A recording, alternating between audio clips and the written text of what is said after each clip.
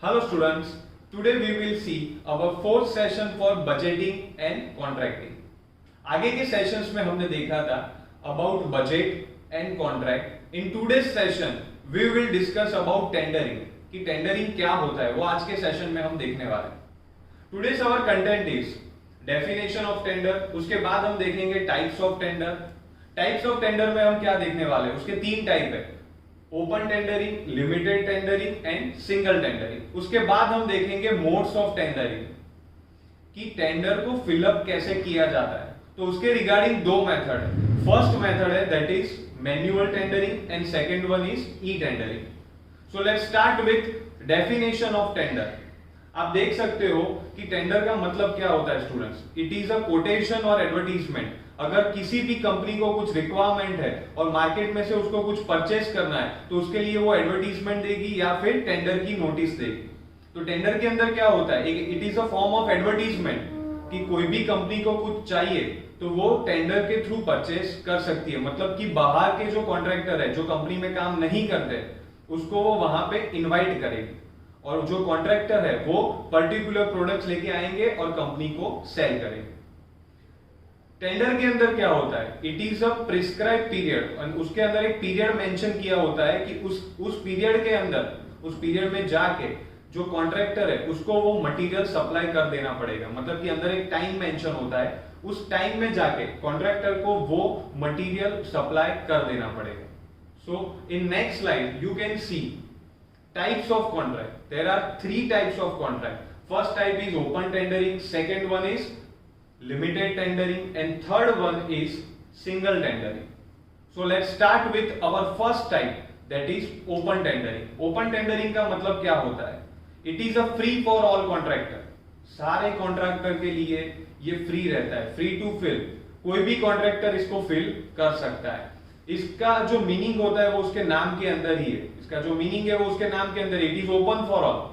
कोई भी कॉन्ट्रैक्टर इसको फिलअप कर सकता है. इसके रिलेटेड जो एडवर्टीजमेंट न्यूज़पेपर में दी जाती है जो सभी कॉन्ट्रैक्टर के लिए ओपन होती है. मतलब टेंडर का हमने आगे देखा उसके डेफिनेशन में, इट इज एडवर्टीजमेंट. तो ये जो एडवर्टीजमेंट देते हैं वो सबके लिए ओपन होता है. कोई भी कॉन्ट्रैक्टर इसको फिल कर सकता है. Any of the contractor can fill it with a different mode. कोई भी टाइप से वो उसको फिल कर सकता है. So now let's see second part of our tendering, that is limited tendering. आप देख सकते हो लिमिटेड टेंडरिंग का मतलब क्या होता है. लिमिटेड टेंडरिंग में बच्चों क्या होता है कि it is a restricted for list of forms. ये एक रिस्ट्रिक्टेड टेंडर है जो ओपन में नहीं होता है. ओपन में क्या होता है, it is open for all contractor. But limited tendering में क्या होता है, it is not open for all. When work is limited और स्पेशलाइज्ड, इस टाइप का टेंडर ये होता है. मतलब कि कोई स्पेशलाइज्ड वर्क है जो स्किलफुल वर्कर से ही हो सकता है. कई वर्क क्या होता है स्टूडेंट्स, कई बार कई काम ऐसे होते हैं जिसके लिए स्पेशलाइज्ड पर्सन की रिक्वायरमेंट होती है. तो इस टाइप में क्या होता है, लिमिटेड टेंडरिंग में कंपनी के पास शॉर्टलिस्ट किए हुए कई कॉन्ट्रैक्टर रहते हुए तो कंपनी उन्हीं कॉन्ट्रैक्टर को टेंडर की नोटिस भेजेगी कि हमें इस टाइप की प्रोडक्ट की रिक्वायरमेंट है. तो उसके रिगार्डिंग जो शॉर्ट लिस्टेड कॉन्ट्रैक्टर है वो अपना टेंडर फिलअप करके देंगे. फिर कंपनी डिसाइड करती है कि इन शॉर्ट लिस्टेड कॉन्ट्रैक्टर में से हमें किसको काम देना है. Right students. तो लिमिटेड टेंडरिंग में क्या होता है कि जो शॉर्ट लिस्टेड कॉन्ट्रैक्टर है उन्हीं को टेंडर की नोटिस भेजी जाएगी. So it is not open for all. So let's see our third part, that is single tendering. Student single tendering का मतलब क्या होता है, तो इन सिंगल टेंडरिंग टेंडर की नोटिस सिर्फ एक ही पार्टी को भेजी जाती है. तो it is limited for one party only. वो एक ही पार्टी के लिए लिमिटेड है. तो आप देख सकते हो ओपन टेंडरिंग में क्या हुआ था, it is open for all. Limited में क्या हुआ, जो कॉन्ट्रैक्टर की लिस्ट होती है वो कम होती जाती है. जबकि लास्ट वन है सिंगल टेंडरिंग. इसके नाम के अंदर अगेन इसका मीनिंग है कि it is open for only one party. तो इसके अंदर क्या होता है, जो कंपनी होती है उसके पास एक लिस्ट होता है, उसमें से जो बेस्ट कॉन्ट्रैक्टर होगा जिसके पास अच्छी स्किल है ये काम करने के लिए, तो उन्हीं को वो लोग डायरेक्ट कॉन्ट्रैक्ट दे देते हैं. मतलब कि टेंडरिंग डायरेक्ट उनको ही भेजा जाता है. टेंडर की जो नोटिस होती है वो डायरेक्ट उनको ही भेजी जाती है और उनको कॉन्ट्रैक्ट दे दिया जाता है. तो when small work and high skill work is requirement, this type of tender is used.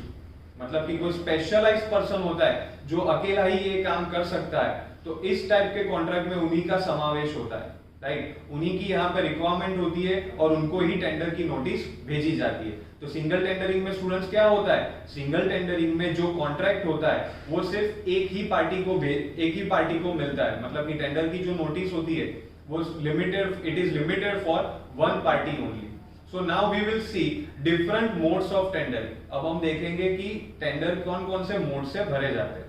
तो यू कैन सी दैट कि टेंडर भरने के लिए, मतलब अभी तक हमारी बात हुई open tendering, limited tendering and single tendering. अब नेक्स्ट स्लाइड में हम क्या देखने वाले हैं कि ये जो टेंडर है उसको हम फील कैसे करेंगे। तो बच्चों अभी तक जो हमारी बात हुई है उसपे से एक कंक्लूजन है कि अब ये टेंडर को फील कैसे करें, राइट। तो अब आगे देखते हैं कि अगर ये टेंडर की नोटिस किसी को भी भरनी है तो वो दो टाइप से भर सकते हैं। First type is manual tendering and second type is e tendering. मतलब वो मैन्युअली भी फिलअप कर सकते हैं और ई टेंडरिंग मतलब ऑनलाइन जाके फिलअप करना होता है। तो आइए बच्चों आगे देखते हैं डिटेल में ये दो टाइप्स। तो let's start with our first type that is manual tendering. So आप देख सकते हो it is a flow process chart for manual tendering कि मैन्युअल टेंडरिंग में क्या होता है। तो मैन्युअल टेंडरिंग का मतलब क्या होता है स्टूडेंट्स, मैन्युअल टेंडरिंग के अंदर जो फॉर्म होता है वो फिजिकली हाथ से फिलअप करना पड़ता है with the help of pen, ठीक है स्टूडेंट्स। तो इसके अंदर क्या होता है, जो फॉर्म होता है वो कंपनी प्रोवाइड करती है या फिर कंपनी की वेबसाइट पे जाके कॉन्ट्रैक्टर जो होता है वो फॉर्म को डाउनलोड करेगा, उसकी प्रिंट निकालेगा और फिर उसको फिजिकली फॉर्म भर के देगा। Next step is developer tender. अभी कॉन्ट्रैक्टर क्या करेगा, कॉन्ट्रैक्टर को जो भी ऑफर देनी है वो सब उसके अंदर वो फिलअप कर देगा, ठीक है स्टूडेंट्स। इसके बाद क्या होता है, इश्यू अ टेंडर। जो टेंडर होता है वो कॉन्ट्रैक्टर अपना खुद का टेंडर जो उसकी प्रिंट है उसको एनवेलप में रख के वो कंपनी को दे देगा। फिर एक दिन क्या होता है कि जो टेंडर की डेट होती है वो वहां पे खत्म हो जाती है, ठीक है। फिर कंपनी क्या करती है, कंपनी अपने हिसाब से सारे टेंडर ओपन करेगी, मतलब कि जितने भी एनवेलप्स आए उन सबको वो ओपन करेगी और फिर वो डिसाइड करेगी। तो नेक्स्ट स्टेप में वही होता है इनिशियल इवैल्यूएशन। इवैल्यूएशन में क्या होगा, कंपनी तय करेगी कि हमें किन को शॉर्टलिस्ट करना है, किन कॉन्ट्रैक्टर को हमें शॉर्टलिस्ट करना है जिसको आगे जाके हम कॉन्ट्रैक्ट दे सके। तो in next step supplier shortlist, तो जो शॉर्टलिस्ट हो गया उसके अंदर जो जो कॉन्ट्रैक्टर होते हैं वो सारे शॉर्टलिस्ट हो गए जिनको काम देने की संभावना हो सकती है। उसके बाद जो स्टेप आता है दैट इज सिलेक्शन। सिलेक्शन के अंदर क्या होता है स्टूडेंट्स, जो शॉर्टलिस्ट हुए कॉन्ट्रैक्टर है, जो कॉन्ट्रैक्टर शॉर्टलिस्ट हुए उनमें से कंपनी डिसाइड करेगी कि अभी हमें किसको सिलेक्ट करना है, ये काम देने के लिए हम किसको सिलेक्ट करेंगे वो वहां पे मेंशन होगा। उसके बाद जो आता है दैट इज नेगोशिएशन। अभी जो कॉन्ट्रैक्टर सिलेक्ट हो गया उसके साथ कंपनी नेगोशिएशन करेगी। Negotiations in the term of money as well as for time. मतलब कि कंपनी क्या करेगी, कंपनी खुद का मुनाफा सोचेगी, तो वो क्या करेगी, कंपनी वाले कॉन्ट्रैक्टर को बुलाएंगे और फिर उसके साथ नेगोशिएट करेंगे कि भाई ये जो प्रोडक्ट है वो आप हमको हो सके उतने कम दाम में दे दो। उसके बाद आएगी टाइम का नेगोशिएशन। तो टाइम के नेगोशिएशन में क्या होता है कि कंपनी क्या सोचेगी, कंपनी ये सोचेगी कि हो सके उतने कम टाइम में हमें ये प्रोडक्ट मिल जाए। तो वहां पे नेगोशिएशन में जनरली कई बार टाइम और मनी का नेगोशिएशन मेजरली होता है। उसके बाद जो आएगा दैट इज कॉन्ट्रैक्ट अवार्ड। अभी सब नेगोशिएशन हो गया, ठीक है। उसके बाद कंपनी क्या करेगी, कंपनी ने जिस कॉन्ट्रैक्टर के साथ नेगोशिएशन किया है उसको कॉन्ट्रैक्ट का अवार्ड दे देगी। कॉन्ट्रैक्ट का अवार्ड मतलब कि कॉन्ट्रैक्ट उसको दे दिया जाएगा, उसके साथ पूरी जो टर्म्स एंड कंडीशंस होती है वो वहां पे दे दी जाएगी। टर्म्स एंड कंडीशन कॉन्ट्रैक्ट की जो होती है अगर उसके बारे में आपको पढ़ना है, उसके बारे में अगर आपको देखना हो तो आप प्लेलिस्ट में जाके कॉन्ट्रैक्ट के रिलेटेड जो लेक्चर नंबर 3 है वो वहां पे आप देख सकते हो, उसके अंदर सारी कंडीशंस मेंशन की है। So in our next slide you can see e tendering.